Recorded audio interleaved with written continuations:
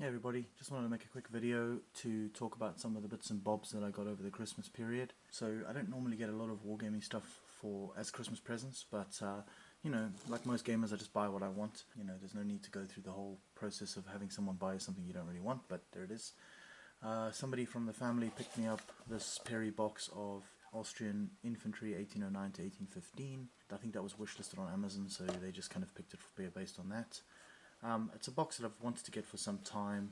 I can make 2 battalions out of this easy. Yeah, they grabbed this for me. And again, you know, nothing. Great choice. It was on my wish list for a reason, I guess. And we'll see when I get around to painting it. I'll do a little video about it. I think like a pseudo review. I guess it's been out a long time though, so I'm not sure. You know, at this point, I think if you're going to buy the box, you've probably bought it already. Another person got me this. This was not from my wish list. I think they just looked at similar things and picked this. British Infantry Regiment from Warlord Games, black powder. These are the original Wargames Factory figures. They're very sort of statically posed. Not my personal choice, but again, you know, it's a battalion of red coats for the American War of Independence. I have a very small AWI collection, so another battalion of British would be helpful. I had a quick poke through the box. Again, the poses aren't that inspiring. You know, they not really my cup of tea. I also found some issues with the fingers that just look weird, but I'll show that off when we get to looking at the contents at another time. One thing I will say is that there's a lot of headwear choice, so you can really go nuts there. Alright, so those are the 2 boxes I got for Christmas. So Foundry had a Christmas sale on as they usually do, and so I put in a relatively large order. A couple of things. I don't know if anyone's found this recently, but with Foundry I've really found a high degree of mispack recently. So for instance, the deal was, because it was like a Black Friday thing, was that you order your stuff, if you're over a certain value you get like a baggage animal for free along with your discount. The stuff turned up. They'd obviously charged us the full amount, but we were missing a cavalry pack out of the whole lot. It wasn't for me, it was for a friend of mine. He asked me, he piggybacked on my order, but a pack of cavalry. So he'd ordered 6 packs of cavalry, different codes obviously, but 2 of each pack code, and one of them was missing, and the baggage animal was missing. So I had to ping a message to Foundry, hey listen, this is missing, like, can you sort it out? And they've sent out the replacements. And it's the second time in a row that this has happened. It happened with a couple of Crimean packs that I ordered. I think I talked about it in one of my original videos concerning that, where you know, the actual contents of a pack were incorrect. Yeah, so things like that are quite frustrating when that happens, especially since I'm ordering from far away. You would hope that Foundry would be like more diligent, because obviously for them it's expensive to post stuff this far. And it cuts into their profit, I guess, if they then have to send up a followed package with 1 pack of cavalry and a baggage animal, right? So anyway, it just, you know, and again, this comes back to the thing with Foundry. I mean, you are paying an absolute premium for their figures, even with discounts and stuff. They're still super expensive. So I'm not sure that. I hope the business is going well. It just doesn't feel like it sometimes. Anyway, so the other thing I ordered as part of that was some more Crimean stuff. This time I ordered a ton of Turks. So I've actually consolidated these into bags myself, but I ordered some marching post Turks, which look like this, because I've started base coating up 6 of them to do a base. And they are really nice sculpts. These are by the Perrys. I thought I'd get a base of those done, just as a test, because I need to figure out the uniform. And it's always nice to have a little something different on the table. You know me, I'm a butterfly. So I got 2 packs or 3 packs, I forget. I think I got 24 of the marching type. I then got 24 of the shooting type, and then plus a command pack that I split half and half. And then yeah, these are the spares. There's a couple of spare marching types there. And then I got a gun. I bought a French gun and a Ottoman crew for a little bit of artillery. Just, you know, thought I would just do something a little bit different. I know I'm going to collect them at some point, so I went ahead and got those. So that was a fair spend on the old Crimean project, so I'll just put those to one side. Right, and so the other thing that I bought from Foundry were some some more Republican Romans. Basically, I just bought a few packs to fill out those that I already had. I don't think that'll be my final purchase, but I just wanted to kind of get the numbers up to 24. As I'm currently working on the basis of doing 4 bases of 6 per unit, so making like a square of 24 figures per like nominal legion, I guess. That's more to do with like colouring and shield design and that sort of thing. So I bought some 8 more armoured with a plume, and then I bought some more unarmoured, and then I got a command pack, because you can never have enough standards and musicians and such. So yeah, that was just the other kind of part of it. And then, as I mentioned, another portion of the order was actually for my mate Dave, for his Caesarian army. He wanted some more Numidian stuff, but he wanted the horsemen this time. He bought a bunch of skirmishers beforehand. So you know, we're trying to obviously think about auxiliaries that would have fought with the late Republican army, sort of Marian period. So he's gone in for the Numidian types. I already have a bunch of Numidians, as you know, so both in 28 and 15s, but 28. So I think when we fight like a civil war in North Africa, a civil war battle, it'll look quite good. And on that topic, I'll move on and show you the other thing I bought. Okay, so I also stopped by Games Plus in Lake Stevens, Washington, on my way up from Seattle a few weeks ago, before Christmas, and spent a few bob. Hugh, the store proprietor, and his wife, they usually do me a little discount or do a little deal for me if I buy stuff there. But it was coming up to Christmas, and they were running a sort of sale type thing to try and burn through some of the stock that isn't moving. And luckily for me, that involves a lot of historical stuff. It's not a great seller for them. So yeah, anyway, they have. You will probably remember many videos ago now. I picked up a bunch of Renegade stuff that I got relatively cheap. That's where I got it from. So I bought some Spanish from him, some Scutarii, Command, 2 packs there, some more cavalry, and then I bought these marching Romans. They're imperial style Romans with the sort of lorica segmentata, but these are from Warlord, but they scale quite well with Perry. So what I'll do with them is use them for like a little diorama type thing, or a camp scene or something for my Early Imperial Roman army. But I mean, you know, at this price, I paid half this, so I paid $7.50 for it, and I got these packs at $9 a pop, which was a decent saving. So I got them pretty cheap. So I picked those up. I now have I have a box now for my 28mm Numidians and my 28mm Spanish. I have huge quantities of those, especially the Spanish, because every time I've been there, I've just bought like a tranche of them from the store there. And at this point, I've got pretty much, I'd say, a Spanish army ready to go. But the nice thing about the Spanish army is it's really usable for over a long period of time, and you can bolt stuff onto it. So you can even, I think like Sertorius's Caesarian army that gets left over after Caesar's demise, you can do that using like late Republican Romans or Caesarian Romans, and then you could use a huge Spanish contingent or Lusitanian contingent to do that. So the Spanish are kind of useful over a period of time. They serve in both the Carthaginian, they'll serve in Numidian service, and they'll serve also in Roman service. Pretty good mercs to have, just in general, to draw from. So yeah, again, you know, kind of following the Ralph Astley school of wargaming here. If you see the deal, if you know it's something you're going to do, just get on with it and spend the money now. And you know, I'm glad I have, because I won't necessarily have the money available at another point. So just do it now, get it done with, and move on. So there's all the purchases for. Oh, hang on, I lie. There were 2 more things from the Foundry purchase that I almost overlooked. So I did the cannon. You would have seen I did a gun for from the stuff I got from Britannia. So I did I think it's a 12-pounder. I don't remember now, but whatever. It's like a line Russian gun. From Foundry, I ordered one of their guns, Cossack gun. So this is like a light one. I think it's like a 6-pounder. And then this is a 12-pounder with a line crew. I figured I might as well just pick them up, since I was putting the order in and I was buying a relatively large amount of stuff. It just made sense to get it over with. I enjoy painting artillery pieces.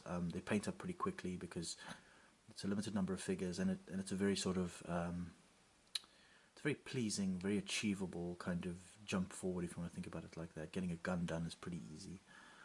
So that's one of the reasons why I got that gun from Britannia done, because I wasn't really home much. You know what, let me show you actually. I know I took some pictures of it in the previous video, but let me actually get the gun for you. This is the gun from Britannia, so it's a 12-pounder, I think, with 4 crew. Officer at the back there, chap doing some sighting or whatever, fellow with a let me zoom in a bit. Fellow with a cannonball there. Hopefully gets the. Yeah, there he is. You see him with his cannonball. And then the chap who does the barrel cooling with the old spongy thing, or whatever that is. Painted the gun carriage. Sort of tried to get an apple green going on there. I don't know. It looks good enough, I think. You'll notice that the style of painting I've done here is similar to my normal style, except I've really emphasized black lining. I think these slightly chunkier figures actually benefit immensely from a sort of black line style. So if you look around the belts there, I've really made sure to retain the black shadows. I really enjoy painting these figures. Again, they just want to be painted. They're so like, their faces are just magnificent. I mean, let me pull that in there for you. I mean, look at him. He just looks like he's all walrus moustache, you know. I'm not somebody who paints eyes, so you're not going to see that here, but I did like the bottom lip on that guy. He looks pretty determined. And then I love this fellow with his old shaggy beard, and he's got his little pink lip sticking out. And I tried to do a sort of round roll effect on the cap band. It's obviously very difficult to do at this scale, but whatever. But yeah, I was pleased with the way the coats came out. I really enjoyed painting this, and that's kind of one of the things I was saying, is like I really like doing guns, because you know, this took me maybe a weekend. I mean, a weekend I was home, which was really great. So obviously I'm painting other stuff at the same time, but it's nice to be able to start something and finish it in one go. So yeah, this is the Britannia gun. So I'm looking forward to painting some other guns. These are monstrously huge figures, so obviously they take up a lot of real estate on the base. So I think the Wargames Foundry guns will likely have more crew, just because I can fit them on there.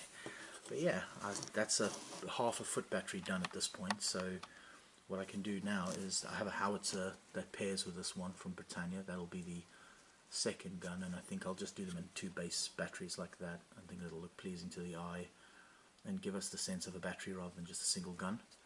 And then there was one more thing I wanted to talk about briefly, which was unit sizing. I'm sort of drifting towards this idea of doing let me demonstrate with some bases. So you know, I've been agonizing over basing for some time. It's what I do, and I'm sure that it's a tiresome conversation at this point, but I just want to show you this. Okay, so this is a 12 by 60 broad base from Wargames, War Bases, okay, and then these squares are 60 by 60 that I normally use, and then these are from War Bases also.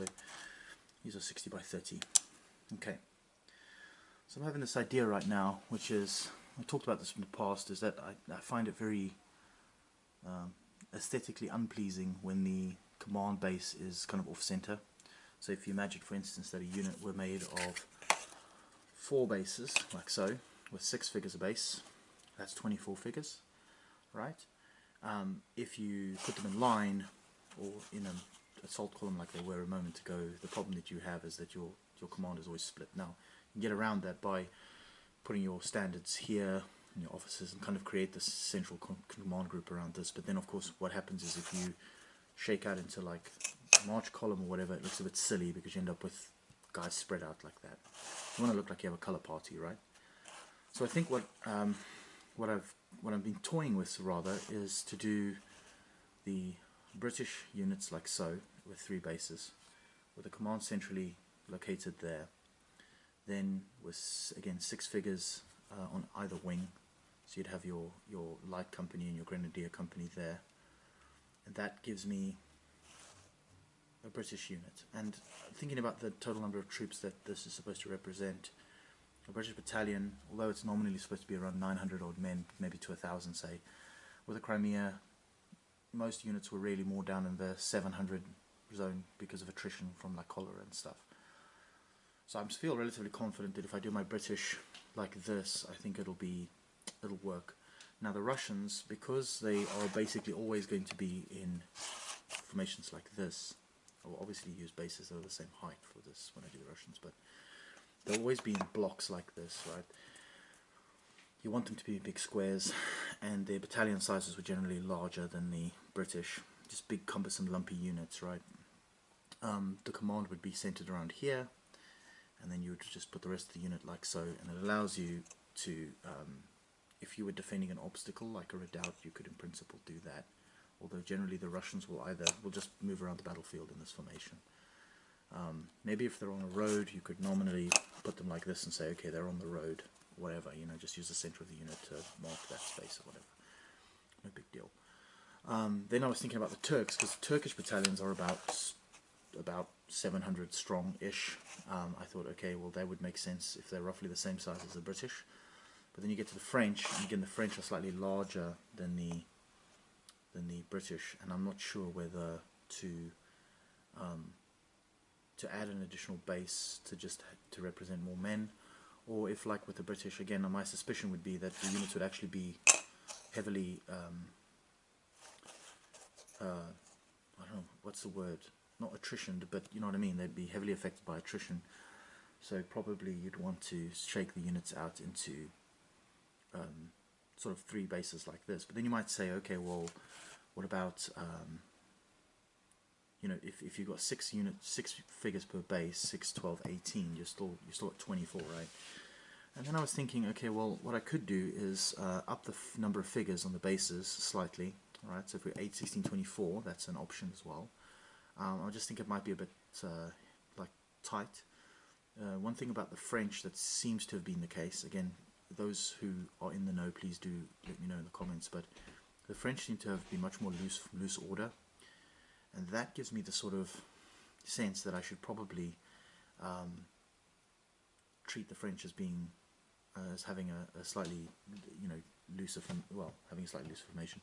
One thing I have toyed with, which I'll just mention in passing, is the idea of adding in bases like this of like light infantry, and then in principle you could break them off, like, I mean, you would just leave them like this, I think, but you'd want like guys in the front in firing pose who are like out in the front doing their shooty, you know, and these would be like your light company that's to the front, potentially skirmishing, or just generally there'd be skirmishers out front, a skirmish screen. I don't think the game necessarily needs to account for that skirmish screen, because it's kind of being integrated into the unit, right? But one thing I keep thinking about then is just like aesthetically it would look quite cool. You almost want like your marching post fellas at the back, and then you want your like more shooty types at the front. The other benefit of having some bases with, like, say 2 shooters on, or maybe 3 shooters, depending on your, you know, how the mood takes you, is you can do, if you were defending a redoubt, so this would be true for the Russians, or it would be true for the, although the Russians don't seem to have pushed skirmishers out, but bear with me for a moment.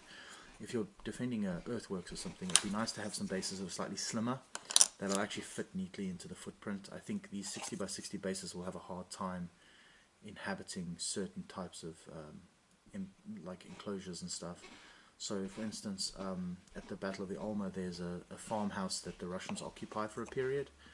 What would be nice is to actually be able to put them in the farmhouse yard, you know, actually physically have figures in there, because it'll look nice. You can have like a kind of wall that's like about the height of the troops, so it'll look like they're, you know, so maybe you have, if just bear with me here, think if this is the farmhouse here, you'd have like a wall like this, but the wall would be about the height of a soldier to put his musket over.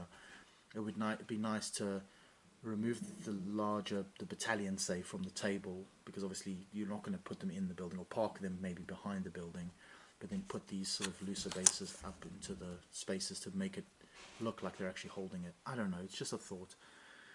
But just wanted to, again, I wanted to let you know that I think my decision in the end is going to be that the British will be on, British colour party will be on a single base. And then I think what I'll do is I'll just build out with two bases, one on either side. So the British units, their lines will be longer, and the Russians will naturally be shorter but deeper and more dense, because they'll be like this, right? I'm loath to put British on these really large bases because I think it's not gonna, it doesn't really. One of the things I want to be able to do with the British is have this thing where if they're assaulting the Russians or whatever and they're coming up roads and stuff, I'd like them to look slightly smaller as units and to zip around in kind of column formation. But again, this is all just theory at this point. So again, always looking for input and stuff. I just think for me the salient point here is that I like my command base to be central to the unit so it looks right. And then again, like I said, I'm not averse to the notion of sticking like some skirmishing bases out front, just to give it a sort of sense that there's like a screen in the front. Because even the Russians, like from what I can gather, they would basically march in these big blocks. So again, we'll mimic that here quickly. They would march in these big blocks, but the sort of front of it would be guys firing off their muskets at the front end. So in a sense, you'd almost be looking at something like this, right? You'd have your colour party and stuff here. You'd have like I wouldn't say a screen of people shooting at the front, but you'd have men at front with their muskets lowered, blatting away. The other thing that seems to have been true is that on the sides of these big blocks, men would be shooting, so you almost want to think of it like a hedgehog. But then the vast bulk of men in the centre, obviously all squished together, focusing on marching very prettily, because apparently that's more important than getting to grips with the enemy. And then you know, that way the figures, the units would look good to my eye, you know. But again, nothing is set in stone yet. I'm not committed at this point. I've only done one base of British guards, who are all based up and everything. And what I could do is, if like at a later point, because initially my plan was, I'll just reiterate what my initial plan was. My initial plan was to do 4. So you've got 6, 12, 18, 24, right? And the idea was that you would have 6 figures per base. Now I've done one 6-figure base already, but what I could do is, if I decided like, oh no, I want to drop down to this, I could always like just make the center base super dense, and like for that one battalion make it so that the color party is really well manned, or I could even make it so that the right hand base picks up a few extra bods or whatever. It'll look slightly different, but it'll be like a sort of dense, the density of the troops would basically be increasing as it goes left to right. I don't know, it's just a thought. Anyway, this is just a quick video I wanted to throw together, talking about purchases and some planning pieces. As I mentioned, I've not really been home, been on the road for work a lot, and then obviously the trip for Christmas and holiday before that, and we are now going off to the UK for a few days next week. Be in London. My plan is to go to the Imperial War Museum, to the National Army Museum and the British Museum, so I've set time aside for that. If there anybody else has any suggestions, please do let me know, but I'll be in central London. So my goal is to basically do some museum hopping. I haven't done those in a long time. In fact, some of them I haven't done at all, so really want to check those out. And then after that we'll pop over to Greece to take care of some family business, and then home again, and then work again. So it's been nice being home for a few days, but you know, the kind of constant shuffle around at the moment has meant I haven't really got much done in terms of the hobby. I'm still chipping away at stuff, you know, as soon as I get an opportunity, like these Turks I showed you earlier, you know, base coated those, getting ready to slap some paint on those. I can get like skin tones done now. I can start making some progress. It's just frustrating in regards that I would really like to just be able to spend a week at home, where when I finish work for a day, I can come down here into my fortress of solitude and just get on with it, you know. But anyway, enough complaining from me. So and I'll leave you with this view. Thank you so much for watching, and hopefully see you guys soon and speak to you soon. I have not really been catching up on YouTube as much as I'd like. I've just been so busy. I haven't really had a moment to myself. But my goal is there should be a nice little backlog for me to work through now. So I'm going to be watching videos. I see Ralph, you've released a few. I'm going to go back and cover the last month or so's videos and read and watch those, and I'm sure there's going to be good quality stuff to watch while I'm on a very long flight over the Atlantic. Bye for now.